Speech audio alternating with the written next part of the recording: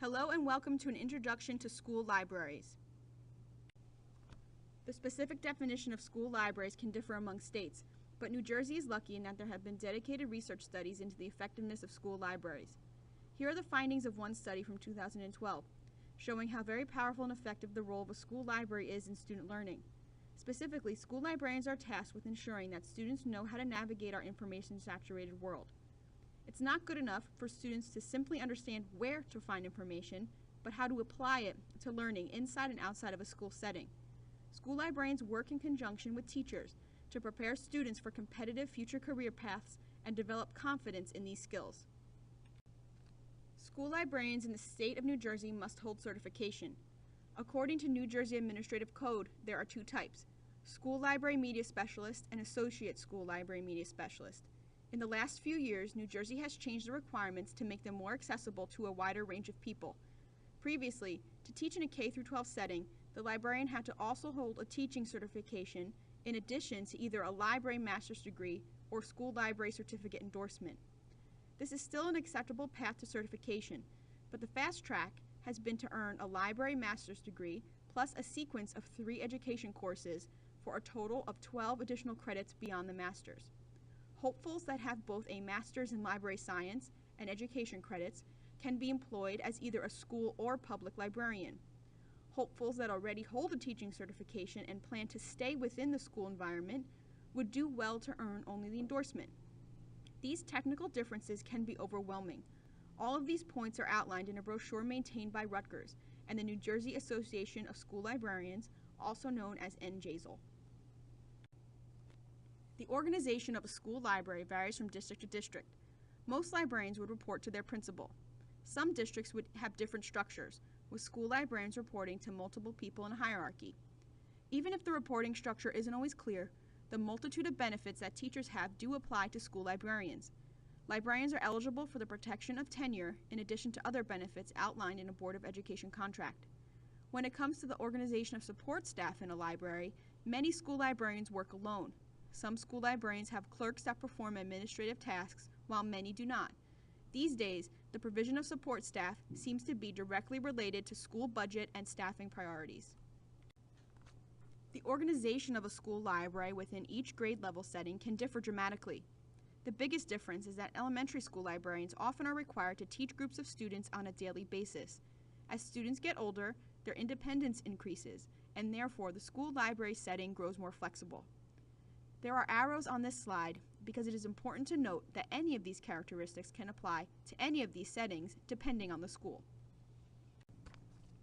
School librarians wear many different professional hats, which is why self-motivation is a critical skill for new librarians to have. Expectations of a school librarian could be teaching and lesson planning. Sometimes you would be required to submit weekly plans. Other districts may ask you to prepare a monthly report. Teaching can be daily or on a semi-scheduled basis. Topics you might teach are research skills, parts of the book, close reading, or even STEM-based learning such as makerspaces or innovation labs.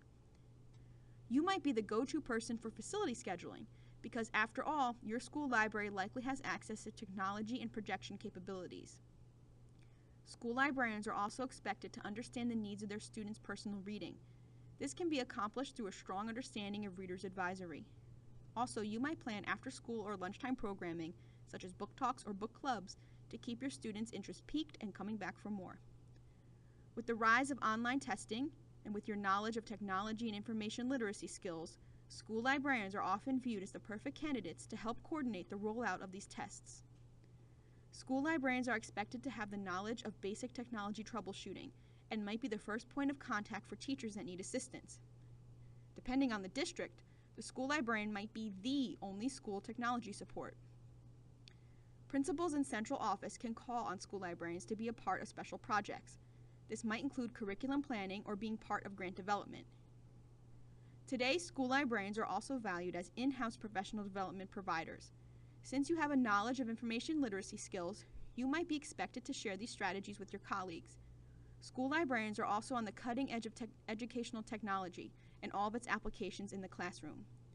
School librarians are expected to maintain a budget, no matter how big or small, and forecast their needs.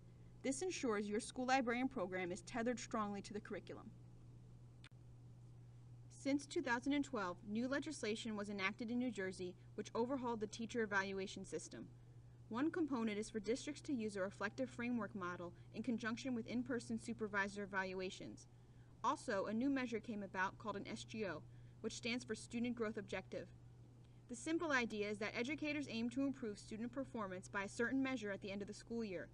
However, there is a lot of controversy surrounding SGOs related to the fairness and effectiveness of them. The state of New Jersey does not require SGOs for school librarians at this time. However, it is left up to the discretion of the school district, with many districts choosing to have their librarians submit 1 or 2 SGOs. NJLA has published significant information about SGOs on their website, and it is expected that updates will continue. New school librarians should understand, however, what is included in the state evaluation process. The challenges that school librarians face are not necessarily unique. Budgetary decisions directly impact every opportunity within a school district, from supplies to staffing to space. Some school librarians with little to no budget rely on donations and grants to grow their collections. Others with healthy budgets work to spend every cent in fear of the money not being available next school year. Support staff numbers are dwindling as districts choose to not hire positions that have gone empty. This impacts school librarians as they take on not only the professional instructional role, but also the administrative. Therefore, programming can suffer, as it is simply not as easy to say yes. Unique to a school setting is the increase of one-to-one technology. This means students are able to do research in a mobile environment and do not rely on coming to a static computer lab. Additionally, some districts have created roles known as tech coaches, the concept being a dedicated staff member to assist and model for teachers as they integrate technology into their lessons. This seems like the natural position for school librarians, but these new positions easily go to classroom teachers as well. Self-advocacy and motivation are key to maintaining relevancy as a school librarian. Join committees, conference with your supervisor, and collaborate with your teachers to make your unique skill set known. Sometimes it isn't the students that need to do the most learning. School librarians have a wonderfully unique set of opportunities in a school setting, and here are just a few. Be the in-house professional development person, or join the team that is. This saves the district money and helps make your library resources as well as professional expertise known to all stakeholders. You want to be the go-to person in the school, from substitutes trying to find the bathroom to the 8th grade social studies department looking for primary sources. There is no other room than the library that lends itself to cross-curricular initiatives, especially when it comes to nonfiction reading. Whether digital or print, the school librarian knows where to find it. School librarians are dedicated to teaching quality research skills. This is never a fun lesson to teach because the material can be dry. It's a perfect time to insert yourself into the lesson plans of teachers so that their students get exposed to the world of good research. Sometimes the message sinks in better when students hear it from 2 different sides. Many districts focus on Lexile levels in the curriculum that they roll out. Whatever your personal opinion is about Lexiles and student reading, be a part of the conversation with all stakeholders involved. This not only shows you the district's plan, but it lets you as a school librarian anticipate ways to help. Curriculum planning is another prime opportunity for school librarians, especially in the older grades. Your unique cross-curricular vantage point helps become the glue that principals are often looking for. Lastly, there is such an emphasis on STEM that school libraries can take the lead from public libraries and create a makerspace or innovation lab. It doesn't have to be huge or expensive. It can be a craft session at lunch. These are just a few of the unique opportunities that school librarians have to further strengthen their professional goals.